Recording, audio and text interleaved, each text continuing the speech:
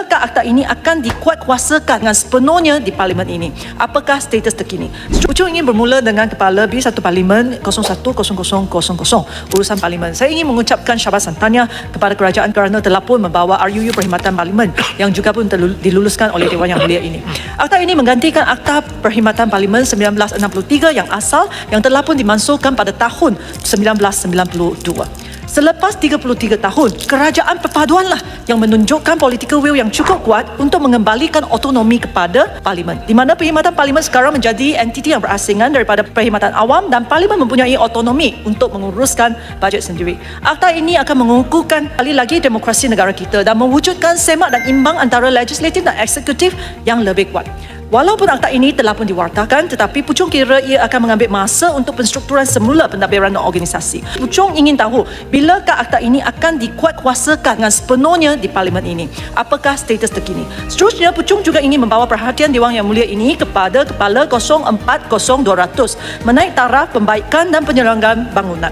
Pucung sangat mengalu-alukan pembaharuan Parlimen baru-baru ini di mana 10 jawatan kuasa pilihan khas JKPK telah pun diubah menjadikan 10 jawatan kuasa tetap Parlimen jawatan kuasa pilihan berkaitan Kementerian JKP. Namun begitu, pembaharuan ini perlu disertai dengan fasiliti yang mencukupi. Untuk pengetahuan Datuk Pengerusi, dari pengalaman saya sebagai pengerusi JKP Wanita, Kanak-kanak dan Pembangunan Masyarakat, kadang-kala kita tidak dapat book bilik mesyuarat untuk membuat pendengaran pada masa yang kita nak buat kerana kita hanya ada 3 bilik mesyuarat jawatan kuasa. Ini adalah tidak mencukupi untuk 10 JKP. Lebih-lebih lagi kalau Parlimen ini kita nak membuat pembaharuan Parlimen yang selanjutnya. Pucung berpendapat bahawa pembaharuan Parlimen yang seterusnya yang kita perlu buat ialah pembahasan peringkat jawatan kuasa seperti sekarang.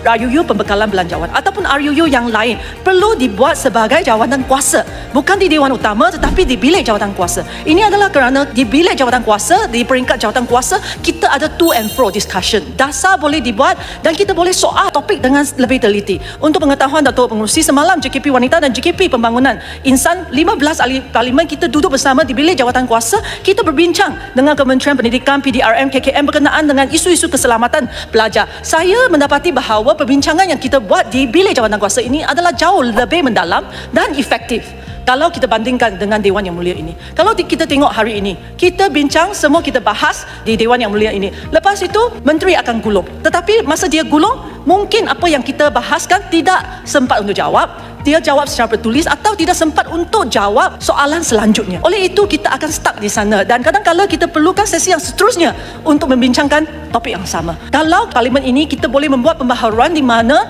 perbincangan polisi secara mendalam boleh dibuat di bilik jawatan kuasa, dan ini akan menjadikan dasar kita lebih komprehensif dan Parlimen ini akan menjadi pembuat dasar yang betul-betul di Malaysia. Oleh itu, harapan saya ialah Parlimen boleh memberi lebih banyak peruntukan lagi supaya lebih banyak bilik mesyuarat perlu diwujudkan.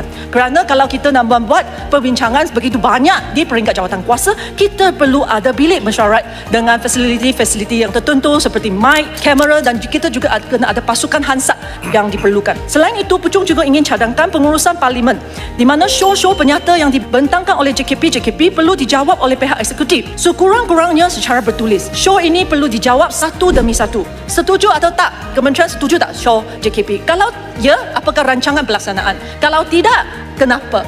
Kita JKP dan PAC juga sentiasa kita buat mesyuarat banyak-banyak. Kita keluarkan penyata, susah payah. Kita buat show semua. Akhirnya, apakah hasilnya? Mungkin hasilnya adalah hanya dimuat naik di website Parlimen sahaja. Tak ada apa-apa follow up daripada kementerian. Oleh itu, saya rasa pengurusan Parlimen kita perlu mewajibkan semua kementerian yang terlibat dalam show JKP untuk jawab. Ya, tidak, setuju ke tidak, apakah perancangan.